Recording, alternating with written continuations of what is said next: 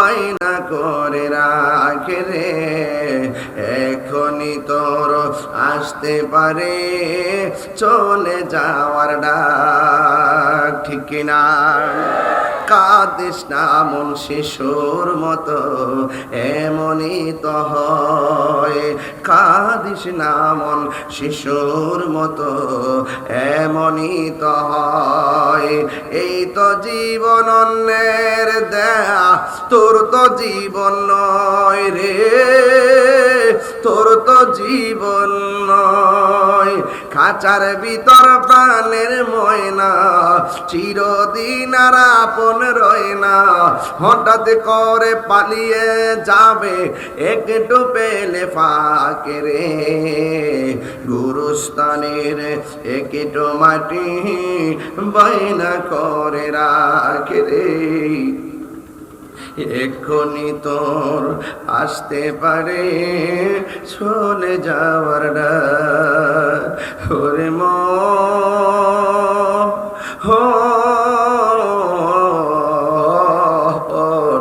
গুরুস্থানের একট মাটি বায়না করে ও বন্ধু, ও 2000-এর বাবা, ও চন্দনাইশের বাবা রে, এই গুরুস্থানটা সাধারণ জায়গা নয়। আপনারা অনেকে মনে মনে ভাবেন গভীর রজনীতে যখন কেউ ঘুমের ঘর থেকে উঠে অন্ধকারে বাহিরে যায়, তার গায়ের মধ্যে একটা ঝাঁকুনি মারে। অনেকে মনে করেন ভয়ে বুঝি ঝাঁকুনি দেয়। কে বলছে ভয়ে ঝাঁকুনি দেয়? না না, ভয়ে ঝাঁকুনি দেয় না। কারণ আপনি যখন বের হন, রাতের বেলা যখন পশমগুলো দাঁড়াইয়া যায়, রাতের বেলা যখন শরীরটা কাটা কাটা দিয়া উঠে, ও বন্ধু, গুরুস্থানের মাটিগুলো আপনার ডাক দিয়া কয়, আল্লাহর বান্দা, তুই কিন্তু আমার জায়গায় এসে একদিন শুইবি। ভালো কাজ কইরা আসলে আমার ঘরে ভালো ব্যবহার পাইবা, আর মন্দ কাজ কইরা আসলে আমি মাটি এক প্রান্ত যাব পৃথিবীর আরেক প্রান্তে, আরেক প্রান্ত যাবো আরেক প্রান্তে। দুই পাশের মাটি তোর গায়ের মধ্যে এমন করে চাপা মারবো, একেবারে হাড্ডিগুলো এক পাশ থেকে আরেক পাশে মিশাইয়া ফেলামো। এই জন্য মাটি আপনার ডাক দেয়, আমি কবর বড় শান্তির জায়গা, আমি কবর বড় অশান্তির জায়গা। এই জন্যই তো হাদিস শরীফের মধ্যে আমার নবী, আপনার নবী বলেছেন, কবর কাহার জন্য জান্নাতের বাগান, আবার কাহার জন্য জাহান্নামের গর্ত। আজকে যে মাহফিলে টাকা দিলেন, আপনার আসল ঘরের বায়না করলেন, আজকে যে মাহফিলে টাকা দিলেন, অনেক মানুষ হাত গুটাইয়া পয়সা রয়েছেন। কেন? 1000 টাকা দিলে কি বেশি লস হইয়া যাইব গো? এমন হতে পারে 1000 টাকার বদৌলতে আমার আল্লাহ জীবনের গুনাহ মাফ করে দিতে পারে।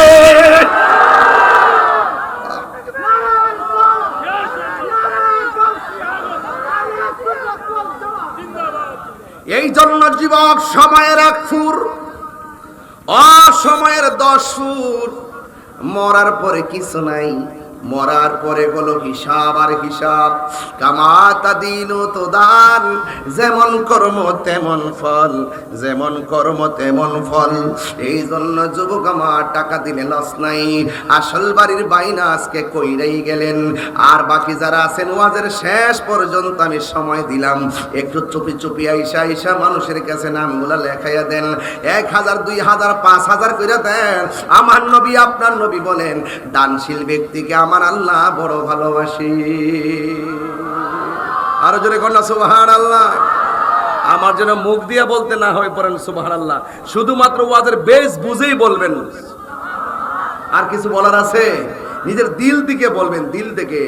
এই জন্য আমার আল্লাহ রাব্বুল আলামিন কুরআনুল কারীমের মধ্যে সুন্দর করে বলে দিয়েছেন, মিনহা খলাকনাকুম ওয়া ফিহা নুঈদুকুম ওয়া মিনহা নুখরিজুকুম তারাতান উখরা।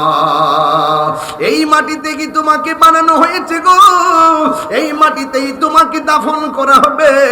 কয়দিন থাকবো মাটির ঘরে, একটা মানুষের খবর আজ পর্যন্ত পাইলাম না। লন্ডন আমেরিকার খবর নিলাম, এই মাত্র আমার ভাই তাহির মিয়ার বন্ধু আবু বকর থাকে ইউএসএ, ওখান থেকে ফোন করে জানাইয়া দিছে, দোস্ত রে গোরস্থানের জন্য 3 লক্ষ টাকা ঘোষণা করে দেয়। দেখছেন নি বিদেশের খবর দেশে পাইয়া গেলাম, কিন্তু আমার বাড়ির পাশে কবর আছে, চাইলেই কবরের মানুষের খবর আমি নিতে পারবো না। বাড়ির পাশে গোরস্থান আছে, চাইলে আমি গোরস্থানের মানুষের খবর নিতে পারবো না।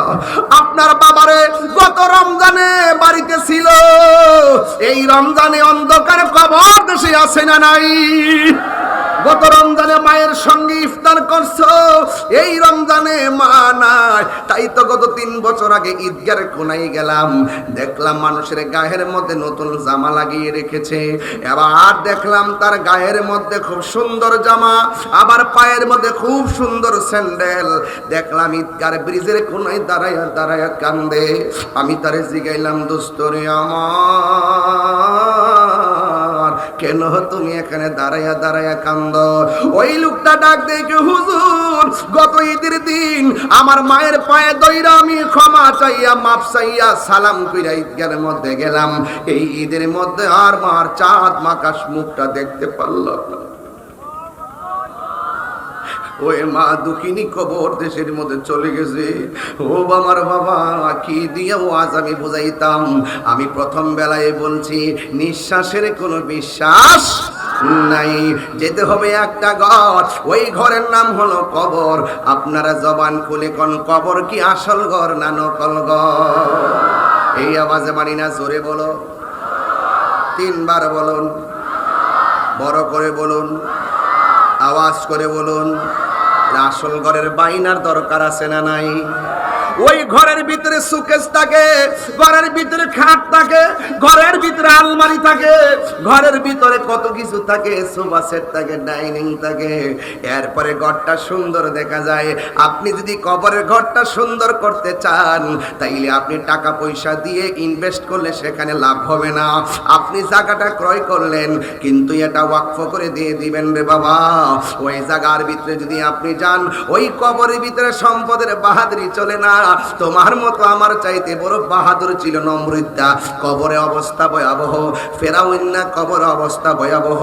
ওই কবরের মধ্যে গায়ের জোর চলে না, ওই কবরের ভিতরে ক্ষমতার জোর চাই। কথা কোন ঠিক কি না কোন? ওই কবরে যদি বাহাদুরি করতে চান, 2টা কোয়ালিটি আপনাকে অর্জন করতে হবে। একটা হলো ঈমান, আরেকটা হলো নেক আমল। কথা বলেন না কেন? ইল্লাল্লাযীনা আমানু ওয়া আমিলুস সালিহাতি ওয়া তাওয়াসাউ বিল হাক্কি ওয়া তাওয়াসাউ বিস সবর। 2টা কোয়ালিটি আপনার অর্জন করা লাগবে। একটা হলো ঈমান। এখন প্রশ্ন হলো, হুজুর ঈমানটা কি? এই ঈমানটা হলো ঈমানদাররা ওয়াকুলু কাওলান সাদীদা। আল্লাহ বলে ঈমানদাররা সব সময় সত্য কথা বলবে। কিন্তু দেখা যায় আজকালের মানুষ নিজেদেরকে মুমিন দাবি করে, নিজেদেরকে মুসলমান দাবি করে, মুখের মধ্যে ইসলাম আছে, অন্তরের মধ্যে ইসলাম নাই।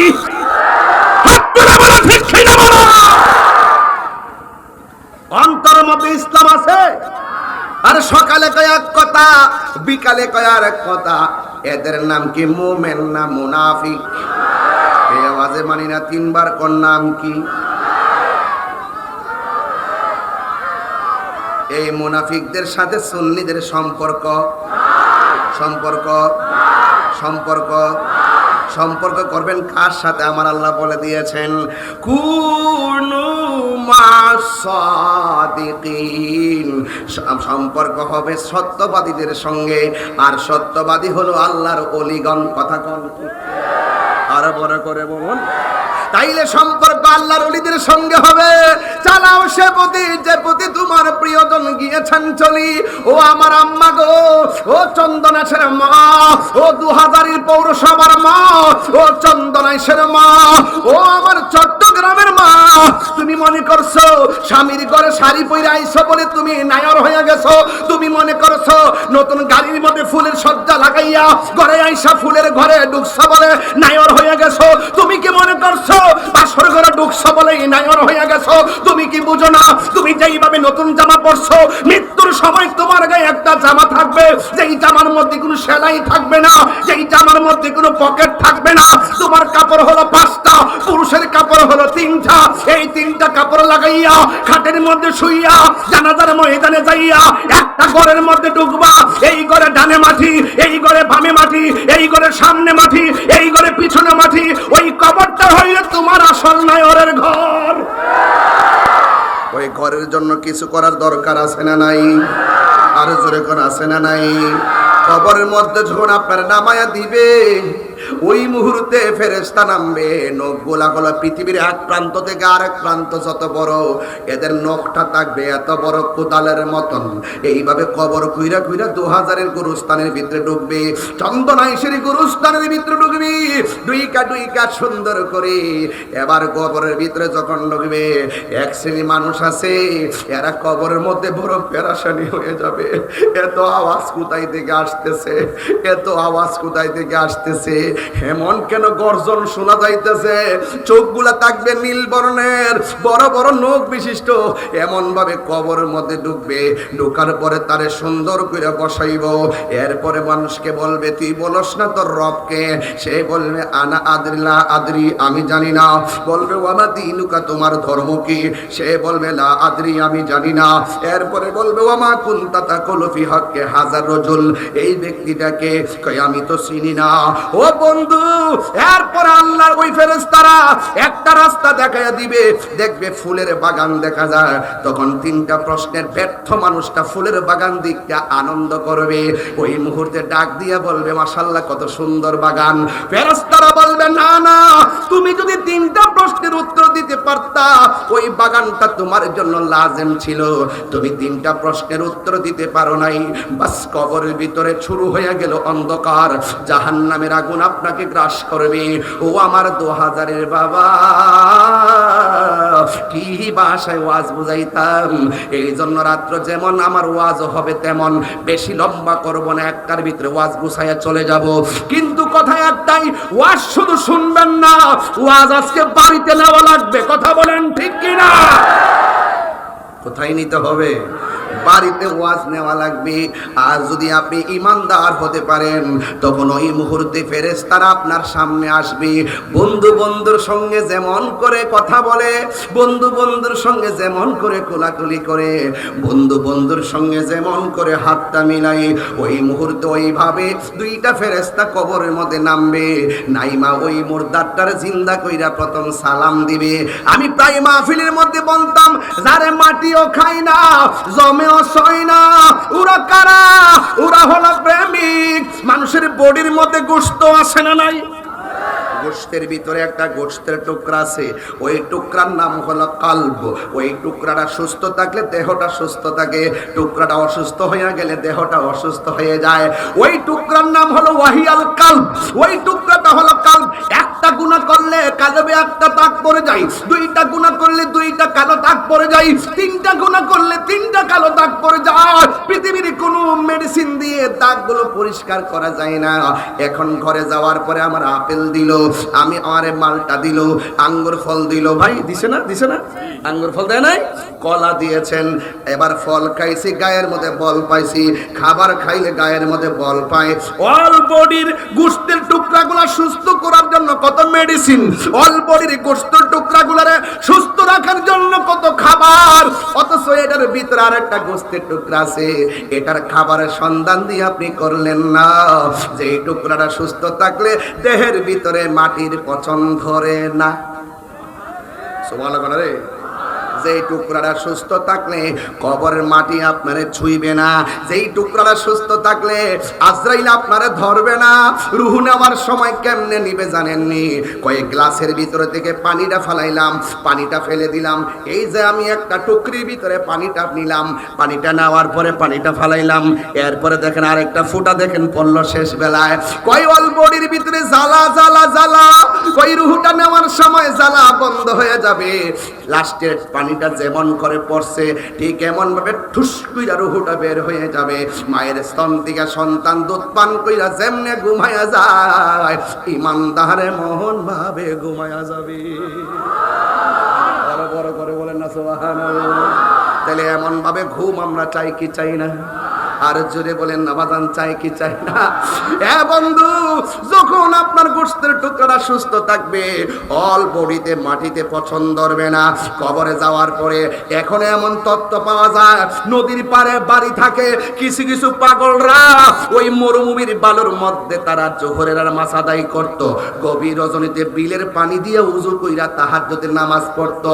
যখন বন্যার পানিতে বাড়িটা ভাঙে গেছে, জিগাইলাম চোরের বাড়ির বয়স কত?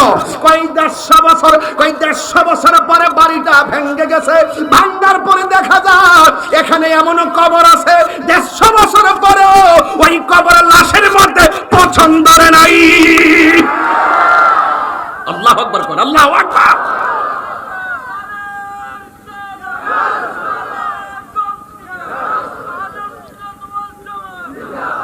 আল্লাহু আকবার, আল্লাহু আকবার। তাইলে বোঝা গেল এই টুকরাটা সুস্থ থাকলে দেহটার মধ্যে পছন্দ ধরে না। আজরাইল এসে আপনার দেহের মধ্যে তুফান চালাইতে পারে না, জোরে কোন ঠিক কিনা? হ্যাঁ বন্ধু, গভীর মনোযোগ দিয়ে বসে যাবেন। আবার একটা কথা হলো, আমার নবী আপনার নবী বলেন, দেহের গোশতের যেমন খাদ্য খাইলে সবল হয়, কলবেরও একটা খাদ্য আছে। ওই খাদ্যটা খাবার না, ওই খাদ্যটা হলো গিজাউল কলবে জিক্রুল্লাহ। এই খাদ্যটা হলো একমাত্র আল্লাহ রাব্বুল আলামিনের জিকির। এই জিকির করলেও তো অনেকে ফতোয়া দেয়, কথা কোন ঠিক কিনা? এই জিকির করলে অনেকে আমরা ফতোয়া লাগায়, এ তাহিরিরে গান গায় এই করে সেই করে কত কিছু বলে, ঠিক কিনা?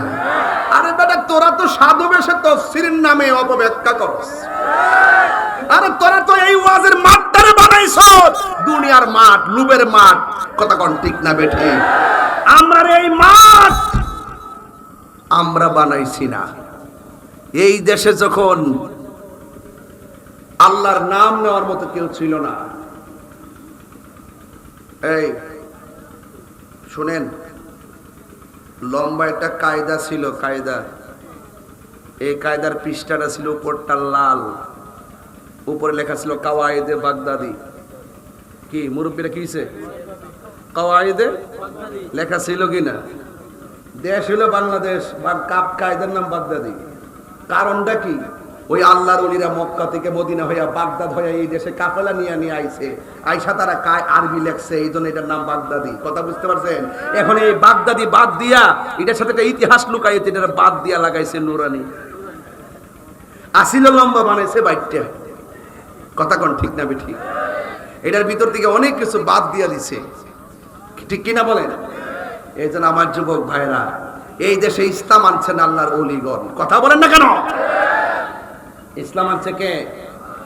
আল্লাহর ওলিগণ। ওলি আল্লাহর সাথে সম্পর্ক রাখলে কবরে যাওয়ার পরে শান্তি পাবেন। ওলি আল্লাহর সঙ্গে গাদ্দারি করলে কবরে যাওয়ার পর আল্লাহ আপনাকে শাস্তি দিবেন। আমরা ওলি আল্লাহর সঙ্গে মহব্বত চাই কি চাই না? আরো জোরে চাই কি চাই না? ওলি আল্লাহর সঙ্গে দুশ্মনী রাখলে বিপদ আসবে। করোনা যখন আইছিল, করোনা যখন আইছিল, বসেন, বসতে জায়গা দেন। করোনা যখন আইছিল, বাড়ি বাড়ি রাস্তা রাস্তা বাঁশ দিয়ে ব্যারিকেড দিছে। আমার বাড়িতে আইস না, এই বাড়ির মানুষজন এই বাড়িতে না যায়, জায়গা জায়গা ব্যারিকেড। ইংলিশ একটা নাম দিছিল লকডাউন। কি দিছিল? লকডাউন। এক মুরব্বীর জিগা ইসলাম মুরব্বী বয়স কত? ও প্রায় 90 বছরের ভিতরে আপনি করোনার মতো এমন রোগ দেখছেন নি?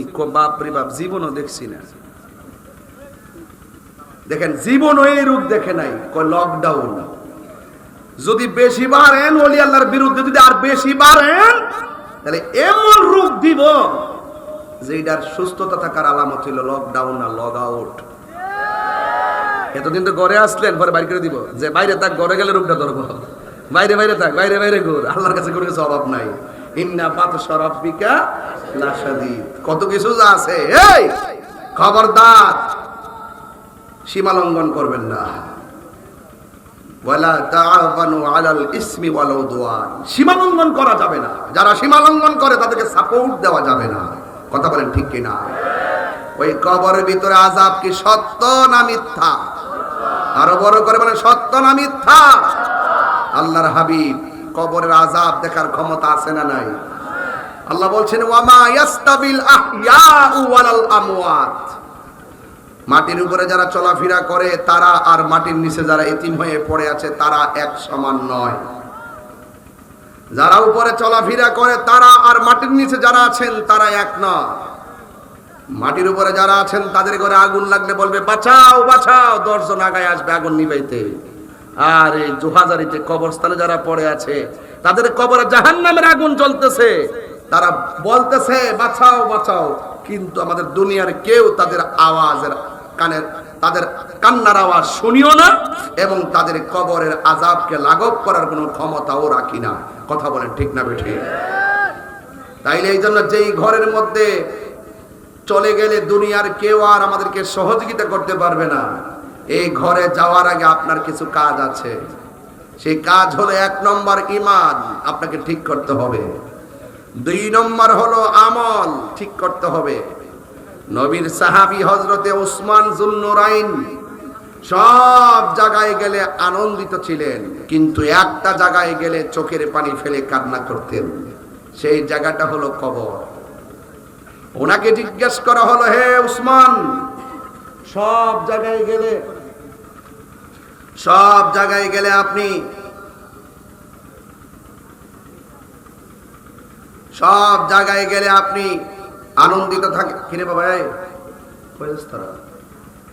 কিসে এরা মরতো না, সার্টিফিকেট লইছে, সার্টিফিকেট। বাবা রে বাবা, চন্দনাইশ কি প্রতিদিন মাহফিল হবে? এই জায়গায় কি কালকে মাহফিল হবে? হ্যাঁ, এ বেটারা ফোন দিছে দেখতেছে, মোবাইল বন্ধ করো বেটা, বাড়িতে ফোন দিয়ে বলে দাও তুমি খেয়ে ঘুমিয়ে থাকো, আমি আসতেছি। ঠিক কি না? লড়া যাবে দন্তা নোয়াখা, লড়া যাবে না। তুমি জীবন তুমি মরণ,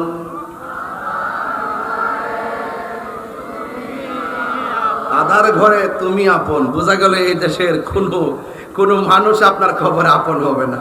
যিনি কবরে আপন হবে তিনি সোনার মদিনা। আর ওই মদিনাওয়ালাকে যদি কবরে পেতে চান 2টা কোয়ালিটি অর্জন করা লাগবে, একটা হলো ঈমান আর একটা আমল। এটাই তো বলতেছিলাম, আপনারা বুঝেন না গেলে একটু বলেন, সঙ্গীতে বলেন, কি কষ্ট হইতেছে আপনাদের?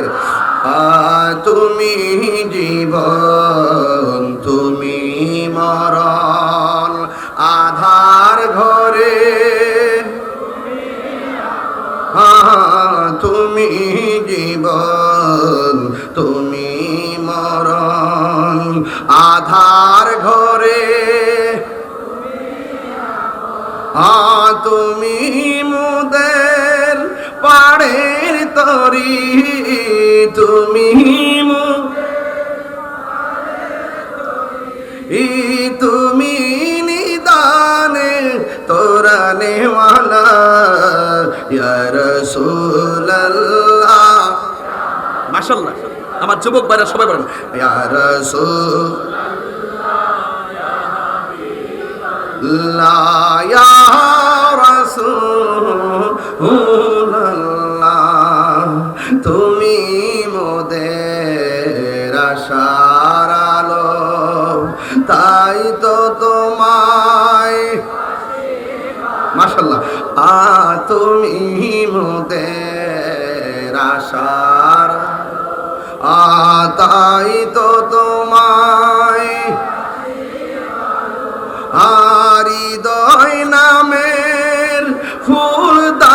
বলেন একটু আরে দয় নামের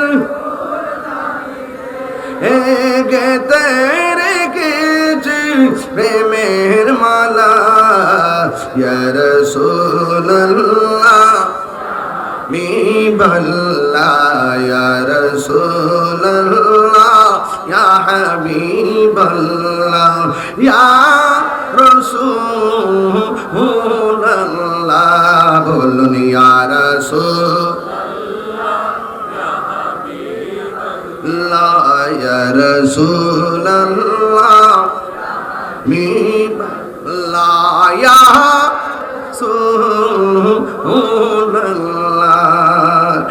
একটা জবানও বন্ধ রাখবেন না, মহব্বতে মায়ার সুরে বলুন সুবহানাল্লাহ।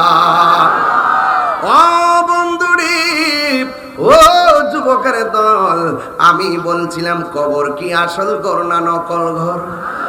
যৌবনকালে যে দৌড়টা মারছেন, বয়সের তালে তালে সেই দৌড় আর দেওয়া যায় না। যৌবনকালে যেই জুড়ে কথা বলছেন, বার্ধক্যকালে সেই কণ্ঠের আওয়াজ দেওয়া যায় না। যৌবনকালে যেইভাবে ঝগড়া করছেন, গায়ের মধ্যে বল ছিল, বার্ধক্যকালে সেই বল খুঁজে পাওয়া যায় না। কিন্তু একটা কথা মনে রাখবেন, যদি আপনার ঈমানটা তাজা থাকে, আপনি যদি নেক আমলের মালা গলায় পড়তে পারেন, ওই কবরের ভিতরে যখন আপনি যাবেন, এই জায়গার মধ্যে মসজিদ আছে, মসজিদের আশেপাশে অনেক জায়গা আছে না নাই? আছে না নাই? এখানে এমন অনেক লোক আছে, একটু একটু করে জায়গা দিলে আমাদের গুরুস্থান হয়ে যায়। কথা কোন ঠিক কিনা? ও বন্ধু, এখানে কি আজকের মঞ্চে কি আব্দুর রশিদ সাহেব নামে কেউ আসছেন আজকে? উনি কোথায় আছে? উনি আসার পরে আমি কোন দিকে এদিকে 10,000 টাকা দিয়েছে কবরস্থানের জন্য, আরো দিবে। কেডা আইন? এদিকে আইন, আপনার নাম শুনতেছি আমার পরে, আপনার সাথে একটা হাত মিলায় দয়া করে একটু উঠেন। সৌদি সাহেব আসছে, আমি খুশি হয়েছি, আলহামদুলিল্লাহ, মাশাআল্লাহ। আব্দুর রশিদ সাহেব একটু হাতটা মিলান, মাশাআল্লাহ। উনি নগদ দিছে 10,000 টাকা, আর এরপরে আরো দিবে। ওনার আব্বা আম্মার জন্য দোয়া চাওয়ার জন্য দিচ্ছেন নগদ 10,000 টাকা। জোরে করেন না মারহাবা করেন না, গেলে নারে তাকবীর। এই আশেপাশে যে জায়গাটা আছে, কিছু জায়গা দেন, আর ওই যারা যারা আছে তাদের কাছ থেকে কিছু জায়গা নেন। হ্যাঁ বলছে ওনার আব্বা এতেকাফ অবস্থা মারা কোন বছর? 2003 এতেকাফ অবস্থা মারা গেছে। এমন সৌভাগ্য বেটার ছেলে আব্দুর রশিদ সাহেব, বুঝলেন না? মারহাবা। আল্লাহ হ্যাঁ 21 রমজান, আল্লাহু আকবার। যে 21 রমজান মৌলা আলী রাদিয়াল্লাহু তাআলা শাহাদাত দিবস। হ্যাঁ, আল্লাহ যেন মৌলা আলী রাদিয়াল্লাহু তাআলার সঙ্গে জান্নাতবাসী করে, আমিন কর না কেন? আমাদের সভাপতি মহোদয় আসছেন, আশেপাশে যে জায়গাটা আছে, এই আব্দুর রশিদ সাহেব, আমি যদি এই এলাকায় যদি কোনো সময় ঘুরতেও আসি, আমি এই গুরুস্থানটা যদি হয়ে যায়, আমারে ফোন দিয়ে নি, এলাকায় আসলে প্রয়োজন আমি এসে আপনাদেরকে নিয়ে জিয়ারত করবো, কবরস্থান এমনিতে আসবো। তবে একটা অনুরোধ করব, অন্তত পক্ষে আপনি উদ্যোগ নেন। আমাদের সভাপতি সাহেব আছেন, আরো গণ্যমান্য যারা আছেন, তাদেরকে নিয়ে উদ্যোগ কইরা এই সপ্তাহের ভিতরে ইনশাআল্লাহ গুরুস্থানের জায়গাটা ফাইনাল করেন। কারণ কি জানেন, এটা দরকার আছে। হ্যাঁ বলছে, মাশাআল্লাহ, নারে তাকবীর, নারে রিসালাত, আহলুস সুন্নাত ওয়াল জামাত। আল্লাহ আল্লাহ, বেশি লোক না, আপনি যারা মনোনীত করছেন, কয়েকজন লোকের মাধ্যমে তো সমাজের বড় বড় কাজ হবে, এটা তো আমরা জানি গো। আল্লাহ, আপনি সমাজের এমন লোকদেরকে মিলাই দেন যাদের দ্বারা সমাজের এই পুণ্যবান কাজগুলো হয়ে যায়। কথা বলেন ঠিক কিনা? সবাই জিকির করেন, লা ইলাহা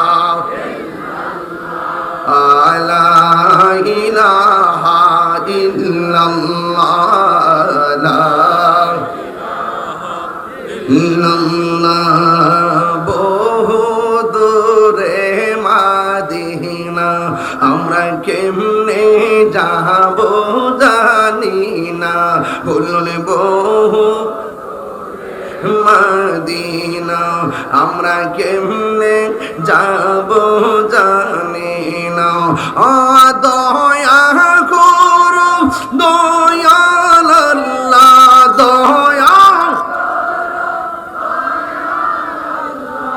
পুরা মনের বাসনা লা ইলাহা। বাবা বাবা রে, কখন যে কোন কাজ হয় বলা যায় না। ওয়াজের মাঝখানটা বিরতি সুলভ আব্দুর রশিদ সাহেবের দানটা নিয়ে গুরুস্থানের জায়গার প্রস্তাব করছিলাম। শুধুমাত্র লা ইলাহা ইল্লাল্লাহ নফি ইসবাতের জিকিরে টান দিছি, সাথে সাথে 2 শতক জায়গা এসে পড়ছে। একটা স্লোগান দেন না, কি স্লোগান দেন না কেউ না আপনারা?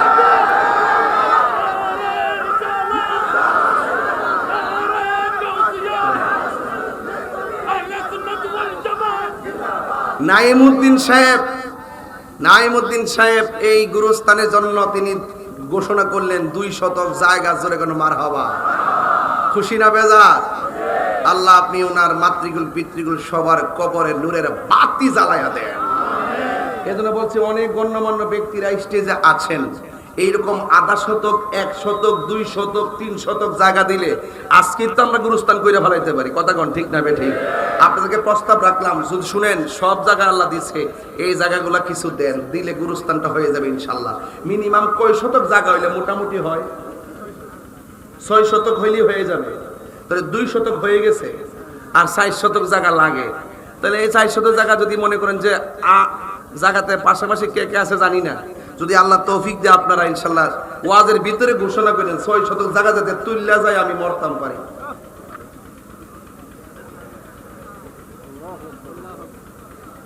এই এই বাবা, আপনি চলে যাবেন, গেলে কিছু দিয়া যান, একবারে খালি খালি যায়। আমাদের সভাপতি সাহেব ইয়াতে যে আমাদের এম এ জাফর সাহেব, উনি তো টাকা দিয়েছিল না, প্রথম ঘোষণা করছিলাম না 1 লক্ষ টাকা। যাক আলহামদুলিল্লাহ, আমিও খুব দেখার ইচ্ছা ছিল। আলহামদুলিল্লাহ, আল্লাহ ওনার নেক হায়াত দান করুক, আমিন কোন। আল্লাহ ওনার মাতৃকুল পিতৃকুল সবার মাথায় জান্নাতের টুপি পরায় দেখ, আমিন কোন। যাক, এই সমস্ত হাস্তি লোকদের মাধ্যমে আমাদের সমাজের বহুত কাজ হবে ইনশাআল্লাহ। তো যাই হোক, এখানে একটা যে বসে আসতে কি চলে গেছে না? ওই যে আছে আছে, তোমার আমি চেক দিয়ে রাখছি, যাইলে কিছু দিয়া যাইবা। কারণ তাহির হুজুর কি মাহফিলে প্রতিদিন আসার সুযোগ আছে? এই রমজান মাসে কোথায় খাওয়ান, কোথায় ঘুম, কোনো অবস্থা ভয়াবহ। এরপরে যে কথা বলতেছি, আমি কি সমাজের বাইরে, শরীয়তের বাইরে, দলিলের বাইরে কোনো কথা বলতেছি? তবে আজকের মাহফিলের মূল উদ্দেশ্য হলো গুরুস্থানটা আর মসজিদটা। এই জন্য আমি একটু বেশি বেশি জোর দিতেছি। এই দুইটা যদি হয়ে যায়, মাহফিল সারা বছরই করা যাবে। কথা বলেন ঠিক নেই?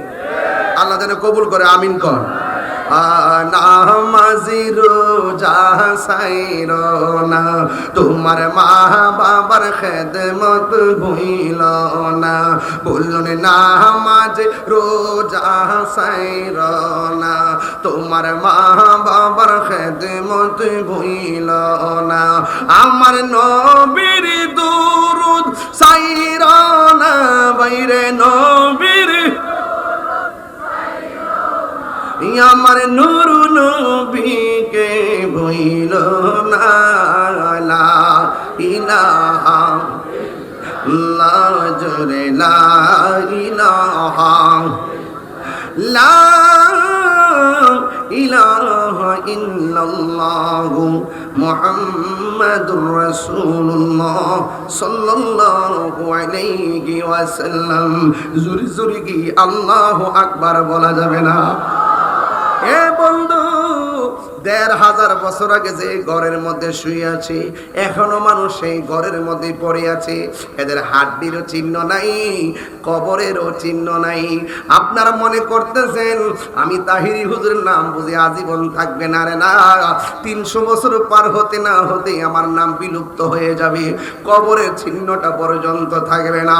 এই জন্য যুবক, ওই ঘরের মধ্যে যদি ঈমান নিয়ে যাইতে পারেন, আমল নিয়ে যাইতে পারেন, আপনি যখন কবরের মধ্যে শুইয়া যাবেন, আপনি দেখবেন 3টা প্রশ্নের উত্তর দেওয়ার পর আমার আল্লাহ বা ডাক দিয়ে বলবে, ও ফেরেশতারা, আমার বান্দা কেমনে মাটির বিছানায় থাকবে রে? জান্নাতের মধ্যে যা, জান্নাতের মধ্যে যাইয়া জান্নাতের গালিচা নিয়া আমার প্রেমিকের গায়ের নিচে বিছায়া দেয়, যেন কিয়ামত পর্যন্ত ঘুমায়া যাইতে পারে। এমন ভাবে ইমানদার ঘুমায়া যাবে। আমি বলছিলাম ইমান বড় সম্পদ রে বাবা, নেক আমল বড় সম্পদ। একের পাশে শূন্য দিলে 10 হয়, এক ছাড়া শূন্য দিলে শূন্য রয়। কথা কোন ঠিক কিনা? এক হইল ইমান, শূন্য হইল আমল। এই জন্য ইমান ছাড়া আমলের কোনো দাম নাই। একের পাশে শূন্য দিলে 10 হয়, এর পাশে আরেকটা শূন্য দিলে 100 হয়। এক না দেয়া 100 শূন্য দিলে কাজ হবে না। ইমান ছাড়া আমলের কোনো দাম হবে না। এই জন্য ইমান নিয়ে যদি কবরে যাইতে পারো, ইমানদারের জন্য প্রশ্ন হবে 3টাই। ইমানদাররে বলবে মার রব্বুকা, তোমার রবকে। ইমানদার বলবে রব্বি আল্লাহ। ইমানদার বলবে ওয়ামা দীনুকা, তোমার ধর্ম কি? ইমানদার বলবে দীনি আল ইসলাম। ইমানদার বলবে ওয়ামা কুনতা তাকুলু ফি হাক্কি হাযার রাজুল, এই ব্যক্তি সম্পর্কে তুমি কি দেখতে বলতে? ইমানদার বলবে তিনি তো সেই নবী, যেই নবী যাইয়া আমার আল্লাহর সাক্ষী দিয়েছেন। আমার নবী হলো আল্লাহ দেখার আয়না। আমার নবী বলছে আল্লাহ এক, আমরা এটার উপরে ঈমান এনেছি। আখিরাতে বিশ্বাস করা বলছে আমরা বিশ্বাস করেছি। তিনি হলো আমার দয়াল নবী, মায়ার নবী। যেই মাত্র 3টা প্রশ্নের উত্তর দিয়া দিব গো, ফেরেশতারা বলবে সামনে তাকাও। সামনে তাকায়া দেখবে জাহান্নামের আগুন দাউ দাউ করে জ্বলতেছে। ইমানদার বলবে আমরা প্রশ্নের উত্তর দিলাম, এমন আগুন কেন দেখা যায়? ফেরেশতারা বলবে এই প্রশ্নের উত্তর যদি দিতে না পারতেন, এই জাহান্নামের আগুনটা প্রস্তুত করা ছিল। আজকে উত্তর দেওয়ার কারণে তাকায়া দেখে এত সুন্দর বাগান, একেবারে সুন্দর বাগান। এবার জান্নাতের একটা গালিচা বিছাইয়া দিবে। দেওয়ার পরে ইমানদার সুন্দর করে বিছানার মধ্যে শুইয়া যাবে। যেই মাত্র শুইয়া ডান কাতে যাবে, তাকে দেখবে একটা নূরের বাতি জ্বলে। ইমানদার জিগাইবো আল্লাহ গো, এই বাতিটা কোথায় থেকে আসলো? এবার বাতিরে প্রশ্ন করে, বাতিরে তুমি কোথায় থেকে আমার কবরে আলো দিতেছো? ওই বাতি ডাক দিয়া বলবে এ আল্লাহর বান্দা, আমি দুনিয়ার কোনো কৃত্রিম আলো নই, আমি দুনিয়ার কোন সূর্যের আলো নই। আমার আল্লাহ রাব্বুল আলামিন আমাকে আলো বানাইয়া তোমার অন্ধকার কবরে পাঠাইছে। তোমার আলো বানাইয়া স্নিগ্ধ আলোতে ঘুম পাড়াইয়া দেওয়ার জন্য। আমারে তুমি চিনো না, আমি হইলাম তোমার দুনিয়ার নেক আমল। এই জন্য জীবন নেক আমল, নামাজ, নেক আমল রোজা, নেক আমল হজ, নেক আমল যাকাত, নেক আমল মাহফিল, নেক আমল দুরুদ, নেক আমল জিকির, নেক আমল দান। আজরে কোন আল্লাহু আকবার। এই নেক আমলগুলো কবরের ভিতরে আলো দিবে। আর ওই দিকটা যখন ডান কাত থেকে বাম কাতে যাবে, তাকায়া দেখবে আরেকটা আলো দিতেছে। এবার জিগাইবো তুমি কেডা গো? কই আমারে তুমি চিনো না। ও আমার 2000-এর বন্ধু, ও আমার হাসন দন্ডির বাবা, আপনাদের এলাকায় আমি এসেছি বলে দিয়ে যায়। ওই আলোটারে যখন বলবে তুমি কে গো, সে বলবে আমারে তুমি চিনো না, আমি দুনিয়ার অন্য কেউ না, আমি হইলাম তোমার দুনিয়ার কোরআন তেলাওয়াত। আল্লাহ আমারে পাঠাইছে, এই তেলাওয়াত গুলোকে আলো বানায়া পাঠাইছে তোমার কবরের ভিতরে আলো দেওয়ার জন্য। ও আমার হাসন দন্ডির বন্ধু, ও আমার 2000-এর বাবা, ও আমার চন্দনাশের মা, রমজানে বেশি বেশি করে কোরআন তেলাওয়াত করবেন। রমজান মাসে যারা বেশি বেশি কোরআন তেলাওয়াত করবে, এই কোরআনটা জাহান্নামের দরজায় দাঁড়ায় যাইব। আপনাকে যদি জাহান্নামের দিকে নিয়ে যাওয়া হয়, এই কোরআনটা এমন ভাবে দাঁড়ায়া যাইব, দাঁড়ায়া বলবে আল্লাহ বান্দাটারে কোথায় নাও? আল্লাহর ফেরেশতারা বলবে আমল বেদে জাহান্নামী হয়েছে। কোরআন ডাক দিয়া বলবে দাঁড়াও, আল্লাহর সঙ্গে কথা আছে। ওই কোরআনটা আমার আল্লাহরে ডাক দিয়া বলবে আল্লাহ তুমি যে বান্দাটারে জাহান্নামে দিতেছ, এই বান্দাটা রাতের বেলা ঘুমাই না ঘুমায়া আমি কোরআনরে তেলাওয়াত করছিল।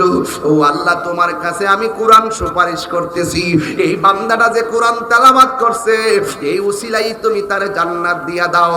এবার আমার নবী আপনার নবী বলেন, এই কোরআন যখন রমজান মাসের তেলাওয়াতকারীর জন্য যখন সুপারিশ করবে, ওই কোরআনের সুপারিশে আমার আল্লাহ তেলাওয়াতকারীকে জাহান্নাম থেকে ঘুরাইয়া জান্নাতে যাওয়ার রাস্তা দেখিয়ে দিবে। এই আওয়াজে মানি না, জোরে জোরে কি আল্লাহু আকবার বলা যাবে না? তাহলে এই কোরআন শরীফ তেলাওয়াত করলে লাভ আছে না নাই? এই কোরআন শুধু কবরে আলো দিবে না, এই কোরআন হাসরের ময়দানে দাঁড়ায়া যাবে রে বাবা। এখন প্রশ্ন হলো, তাহিরি হুজুর আমার বয়স হয়ে গেছে, আমি তো জীবনে কোনোদিন কোরআন পড়ি নাই, মাখরাজ বুঝি না, সূরা দুইটা তিনটাও পারি না, ইমামের সঙ্গে আল্লাহু আকবার কইয়া কইয়া নামাজ পড়ি, ভালো করে সূরা ফাতিহা পড়তে পারি না, এখন আমি কি করব? আমি জিজ্ঞাসা, আব্বা কয়টা সূরা পারেন? কই 10টা সূরা পারি। সূরা ইখলাস পারেননি? কই হ পারি। তাইলে দেখেন আমার নবী কেমন নবী, উম্মতের জন্য কত কিভাবে ফয়সালা কইরা কইরা আনছে। কোন দিন আনছে জানেননি? ওই রাতটার নাম হলো মেরাজের রাত। ওই রাতে কত কিছু যে উম্মতের জন্য এনেছি। আমার নবী আপনার নবী বলেন, যারা একবার সূরা ইখলাস পড়বে, এই যারা কোরআন শরীফ পারেন না তাদেরকে সংবাদ দিচ্ছি, যারা কোরআন শরীফ পড়তে পারেন না গো আম্মা, ও হাসান দন্ডির মা, এবার একটু মনোযোগ দিয়ে পয়সা যান গো আম্মা। রঙ্গের গোড়া আর কত দৌড়াইবেন, আর কত গলাবাজি করবেন, আর কত বেপরদায় চলবেন? ও মা, দায়ুস কোনদিন জান্নাতে যাবে না। দায়ুসের পাগুলা গাছের মধ্যে বাইন্দা, মাথার চুলগুলো নিচে ঝুলাইয়া রাখা হবে। দায়ুসের মাথার চুলগুলো গাছে বাইন্দা, পাগুলো নিচে ঝুলাইয়া রাখবে। ও আমার মা, ঈদের দিন তুমি দৌড়াইয়া দৌড়াইয়া মার্কেটে যাওয়ার চেষ্টা কইরো না। দয়া কইরা স্বামীর দায়িত্ব দিয়ে দিবা। 10 টাকার জিনিস যদি আমার আইনা দেন, এটাই আমার 10 লাখ টাকা। 200 টাকার শাড়ি যদি আইনা দেন, এটাই আমার জন্য 2 লক্ষ টাকা। ও মা, প্রতিযোগিতা কইরা ঈদের দিন শাড়ি কাপড় কিনতে মার্কেটে ভিড় জমায়ও না। স্বামীর 10টা টাকা বাঁচলে তোমারই লাভ হবে, স্বামীর 10টা টাকা বাঁচলে তোমার সন্তানের লাভ হবে। এই জন্য অপচয় কইরো না গো মা। ও মা, ও মা, পায়ে দিরা বলি, অনুরোধ করে বইলা দিয়া যায়, খবরদার খবরদার। তোমার মতো অনেক মা হঠাৎ করে স্ট্রোক করে মারা গেছে, তোমার মতো অনেক মা রাস্তাতে অ্যাক্সিডেন্ট হয়ে মারা গেছে। এমন কোনো দিন নাই মানুষগুলো অ্যাক্সিডেন্ট করে মরতে দেখা যায় নাই। প্রতিদিন দেখছি শুধু লাশ আর লাশ, লাশ আর লাশ। কার কোন দিন মরণ হবে কেউ আমরা বলতে পারি না। এই জন্য আমার আম্মা, খবরদার খবরদার, দায়ুসের মতো চলাফেরা করবেন না, বেপরদায় চলাফেরা করবেন না। আপনি মা যদি সঠিক হইয়া যান, আপনার পেটের জঠর থেকে, আপনার জঠর থেকে যেই সন্তানটা দুনিয়ার মধ্যে আসবে, এই সন্তানটা আল্লাহর ওলি হয়ে যাবে। জুরি জুরি কি আল্লাহু আকবার বলা যাবে না? ও মা, ও মা, দায়ুসের মতো চইলেন না গো মা। পোশাকের স্বাধীনতায় মাঠে আন্দোলন করবেন না। নামাজ যেমন ফরজ, পর্দাও তেমন ফরজ। আপনার সন্তানটারে মানুষ গড়ার কারিগর কিন্তু আপনি। আপনি বলতেছেন আপনার পোলারে মোবাইল না দিলে ভাত খায় না, এটা আপনার ব্যর্থতা। দরকার হয় 2 ঘন্টা পরে ভাত খাইব, ক্ষুধা লাগলে এমনিই খাবে। এইগুলো দিয়ে দিয়ে সন্তানের ভবিষ্যৎ নষ্ট করবেন না, চোখের পাওয়ার নষ্ট করবেন না। এ মা, সকালবেলা ঘুম থেকে উইটা ফজরের নামাজ পড়া সন্তানের মাথার মধ্যে হাত বুলাইয়া বুলাইয়া বলবেন, আব্বা মক্তবে যাও, কোরআন পড়তে যাও। এই কোরআনের পড়তে মক্তবের মধ্যে পাঠাবেন। এ মা, সন্তান কিছু করার নাই, আপনার কাছে অনেক দায়িত্ব আছে। এই জন্য খবরদার। আমার নবী আপনার নবী বলেন, যারা একবার সূরা ইখলাস পড়বে তার আমলনামায় 10 বার কোরআন খতমের সওয়াব দেওয়া হবে। 2 বার যারা সূরা ইখলাস পড়বে, আমার আল্লাহ তার আমলনামায় 20 বার কোরআন খতমের সওয়াব দেওয়া হবে। 3 বার যারা পড়বে, আমার আল্লাহ রাব্বুল আলামিন পুরা গোটা কোরআন শরীফ তেলাওয়াতের সওয়াব আমার আল্লাহ দিয়ে দিবে। সবাই আমার সাথে সূরাটা পড়েন না, অসুবিধা হইব নি। কুল হুয়াল্লাহু আহাদ, আল্লাহুস সামাদ, লাম ইয়ালিদ ওয়া লাম ইউলাদ ওয়া লাম ইয়াকুল লাহু কুফুয়ান আহাদ। সবাই আবার পড়েন, 3 বার পড়েন। কুল হুয়াল্লাহু لم يلد ولم يولد ولم يكن له كفوا أحد। সবাই আবার পড়েন, কুল হুয়াল্লাহু আহাদ, আল্লাহুস সামাদ লাম ইয়ালিদ ওয়া লাম ইউলাদ ওয়া লাম ইয়াকুল লাহু কুফুয়ান আহাদ। এই কোরআন আমরা পড়তে চাই কি চাই না? ও বন্ধু, এই কবরে যাওয়ার পরে কোরআন আপনারা আলো দিব, আলো। জোরে জোরে কন্যা সুবহানাল্লাহ। একদিন না, দুই দিন না, না জানি কত বছর কবরে পয়রা থাকুন লাগে রে। জাহান্নামের আগুনে জ্বললে কেমনে থাকিব গো নবী? আর আমাদের নসিবে কি আছে আমরা জানি না, কি আছে আমি জানি না, কোন দিন আমরা মরবো আমরা জানি না। এই জন্য আমি প্রায় মাহফিলে বলি, আমার মরণের কত দিন বাকি আমি জানিলাম না গো আল্লাহ, মরণের কত দিন বাকি আমার মরণের আমি জানিলাম না গো আল্লাহ, মরণের কত দিন বাকি। আর আজরাইল আসিয়া যখন হস্তে দিবা দড়ি, আজরাইল আসিয়া যখন হস্তে দিবা দড়ি, তখন আমার মনা ভাই করবা লুকালুকি আমি জানিলাম না গো আল্লাহ, মরণের কত দিন বাকি। আর 40 দিনের আগে ভাইরে মতের নিশানি, 40 দিনের আগে ভাইরে মতের নিশানি, জমদুতে কা ইরানি চোখে দিয়া আন্দি আমি জানিলাম না গো আল্লাহ, মরণের কত দিন বাকি আমার মরণের কত দিন বাকি আমি জানিলাম না গো আল্লাহ, মরণের কত দিন বাকি। একটা জবান বন্ধ রাখবেন না, মোহব্বতে মায়ার সুরে বলুন সুবহানাল্লাহ। এই আওয়াজে মানি না, জবান খুলে কোন আল্লাহু আকবার, আর আওয়াজ করে কোন আল্লাহু আকবার। একদিন মাটির ভিতরে হবে ঘরে মন আমার। বলতে শরম লাগতেছে, বিল্ডিং খান কবরে যাইবনি, এটা কর না। একদিন